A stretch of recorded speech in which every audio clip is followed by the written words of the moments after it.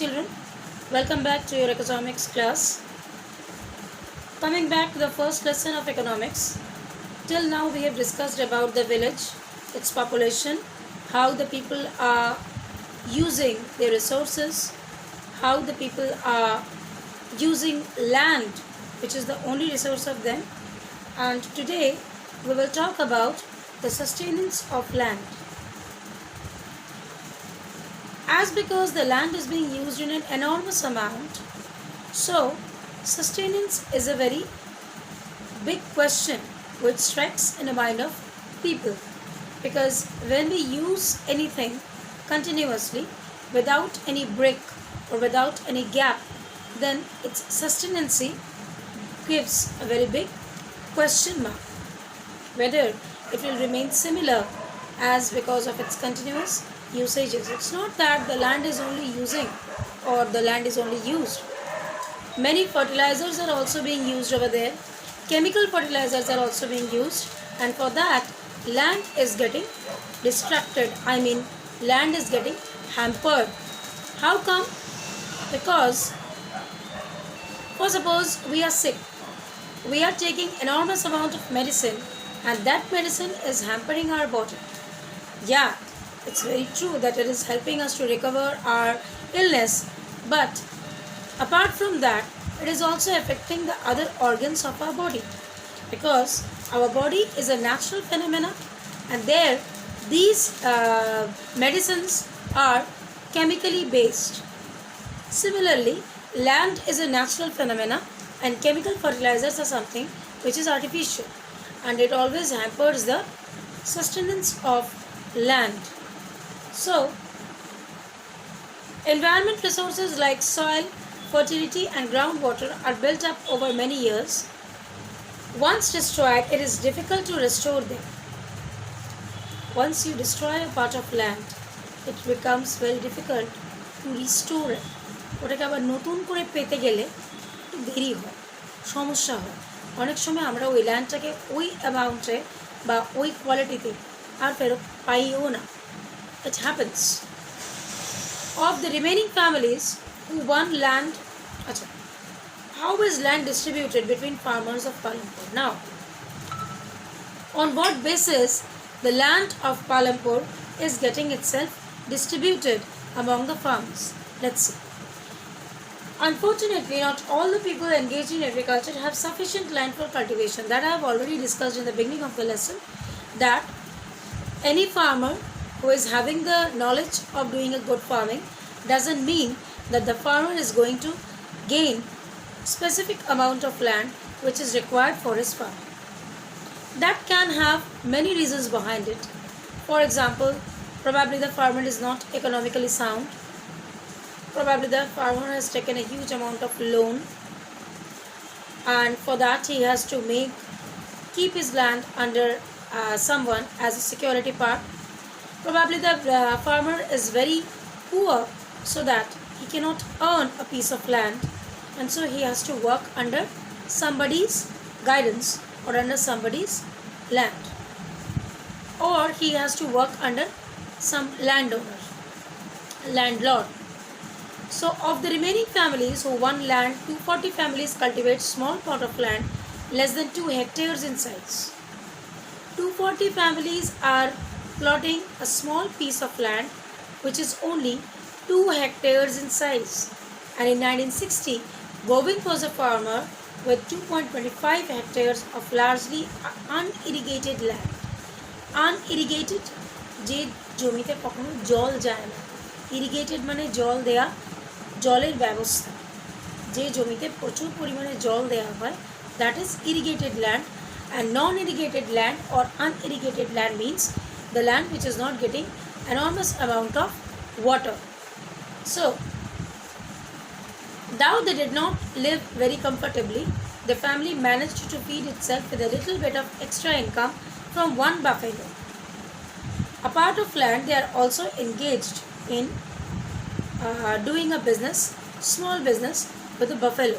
Probably the buffalo's milk is being sold outside or sold outside, or maybe it is in the continuous process of selling the milk of the buffalo outside to earn an extra amount of money apart from the amount or crops or grains which he is gaining from the part of land which has been allotted to him. Each one now has a plot of land that is only 0.75 hectare in size. Now every farmer who is having a family is allotted a land which is 0.25 hectare in size, much less than that of Govind, who is having 2.2 hectares of land. You can calculate very well that 2.25 hectare of land is quite big than that of 0.75 hectares of land. On the other hand, more than half the area of the village is covered by plots that are quite larger in size. Who are the owner of these plots? In Palampur, there are 60 families of medium and large farmers who cultivate more than 2 hectares of land. A few of large farmers have land extending over 10 hectares or more. তাহলে যাদের কাছে land আছে তারা প্রচুর বড় এরিয়ার land নিয়ে cultivation করছে, আর যাদের কাছে ল্যান্ড নেই তারা 0.75 হেক্টেয়ার or 2.25 হেক্টেয়ার এরকম ল্যান্ড নিয়ে কাজ করছে. So this is very unfair. If farmers are not allotted a specific amount of land or specific space to cultivate their crops, then how is it possible for this poor fellow to cultivate the land? We need land for cultivation. If there is no land, then where from the cultivation will come? Where from the crops will come? Now, here's a picture I'll give you. I'll send you off. In this picture, we can see that different types of farmers are doing crops. Some are working under somebody's field, some are plowing their land, some are spreading fertilizers, and some cows are working on the field. Now, that doesn't mean, and in the last picture we can see that a tractor is getting involved. This means this picture is the plot of land which is allotted for a mediocre or a high level of family who is having enormous amount of money to gain a huge piece of land. Now, next we come to the topic, the capital needed in farming. What is the meaning of capital? Capital মানে টাকা. Capital মানে টাকা, টাকার দরকার. Why?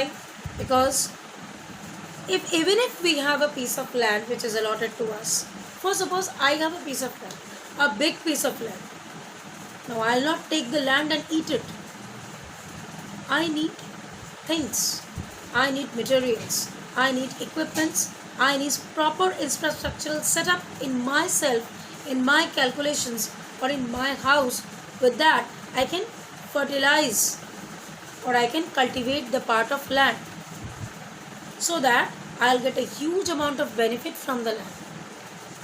So for that, I need to purchase machines, I need to purchase tractor, I need to purchase bulls, I need to purchase seeds, fertilizers, and what else is required for that. And for that, the main thing which is required is money. Now, as because farmers need to get money, they are being allotted by government. Government is giving huge amount of financial support to the farmers so that they can get whatever capital is required for the sustenance of land. They can get whatever seeds are required, whatever fertilizers are required, whether they're chemical or natural, they will get that. They are getting loan and with a very low rate of interest, so that it will not be very burden for them to sort out the loan. Because till they don't have enough production, they will not be able to get enough from the land itself. Okay, so now sale of surplus farm products. Now for suppose I am getting a land, enormous production is there. Now what next? Next step is I need to sell those products.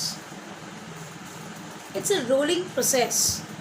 I'm purchasing something and using that I'm creating something, again I'm selling it out. If I'll purchase something at 5 rupees, my target will be to sell that amount, sell that thing in the double amount, so that some amount will come in my pocket as a gaining part. 5 টাকা একটা জিনিস কিনলে আমার target হবে আমি সেটা 10 টাকায় বিক্রি করবো, তাহলে এক্সট্রা যে 5 টাকাটা সেটা আমার গেইন। ওই 5 টাকাটা দিয়ে আমি আবার ফার্দার প্রসিড করবো আমার বিজনেসে। This is the calculation. Now, whatever product you are creating from your land, that has to be sold out. That has to be demanded, or that should have huge demand in the market. Then only their business will go on. Now, let's consider some of the things which are having demand in the market. For example, dairy product. It is easy for the farmers to continue because dairy milk is there, curd is there, then cream is there, butter is there. Everything is coming out from milk itself, and that is being gained by their cattle. Okay, so let's stop over here. In my next session, I'll talk with you all or discuss with you all regarding the manufacturers or small scale manufacturing products in Palampur. Okay, so just go through it and hope to get you very soon. Bye bye.